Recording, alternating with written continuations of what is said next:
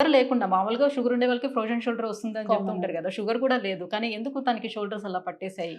Chronic over use వల్ల చెప్పాను కదా, కంటిన్యూస్గా ఇది కుకింగ్లో ఇది చేస్తే చేస్తే చేస్తే or so suppose clothes washing చేసినప్పుడు కంటిన్యూస్ షోల్డర్ యూజ్ అవుతుంది కదా, ఓకే.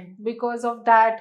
తర్వాత మేబీ 5 years 6 years ముందు కొన్ని ఇంజరీ ఉంటే స్లోగా వాపు ఎక్కువ ఉంటే నొప్పి ఎక్కువ అవుతుంది. సో చాలా మంది రీజన్స్ ఉన్నాయి షోల్డర్ పెయిన్కి. But most commonly in Indian females sugar లేకుండా common reason is over use.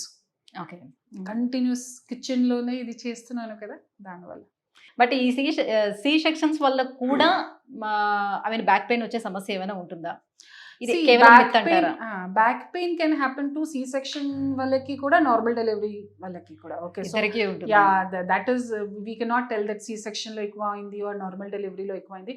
కానీ సి సెక్షన్లో ఏమవుతుంది, కొంచెం రికవరీ కొంచెం slow as compared to normal delivery కదా. సో నార్మల్ డెలివరీలో ఫాస్ట్ ఉన్న డెలివరీ అయిన తర్వాత they can go back to the normal activities, walking అన్ని స్టార్ట్ అవుతుంది. సి సెక్షన్లో కొంచెం స్లో అవుతుంది. That's the only difference. Otherwise ఏ ప్రకారం డెలివరీ చేస్తే కూడా బ్యాక్ పెయిన్కి ఛాన్సెస్ ఉంది, because of hormones, because of restriction of lifestyle, diet restrictions ప్రకారం.